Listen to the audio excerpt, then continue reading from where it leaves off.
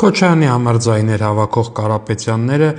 նոր մարդ են մցրել քաղաքականության մեջ, որը պիտի խոսա պաշտպանությունից։ Մարդն այս Արթուր Ավանեսյանն է, Կանդաս մականունով հայտնի։ Բայց ամբողջ խնդիրն այնտեղ է, որ Հայաստանի քաղաքական դաշտում առնվազն այս մարդը այդքան էլ նոր չէ,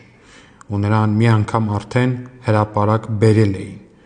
Բերել էր Ռոբերտ Քոչարյանը, Սերժ Սարգսյանը,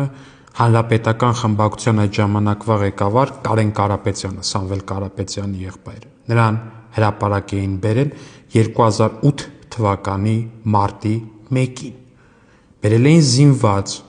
բերել էին Ղարաբաղից այլ զինված զինվորականների ու ստորաբաժանումների հետ։ Բերել էին խաղաղ ցուցարարներից պաշտպանվելու համար, թե ինչ պիտի պաշտպաներ Ղարաբաղցի զինված զինվորականը Երևանի կենտրոնում, միայն Աստված գիտի, բայց առնվազն սա տեղիք է տալիս մտածելու, որ այս մարդը Հայաստանին ինչ անել կարող էր, արդեն արած պիտի որ լինի 2008-ի մարտի 1-ին,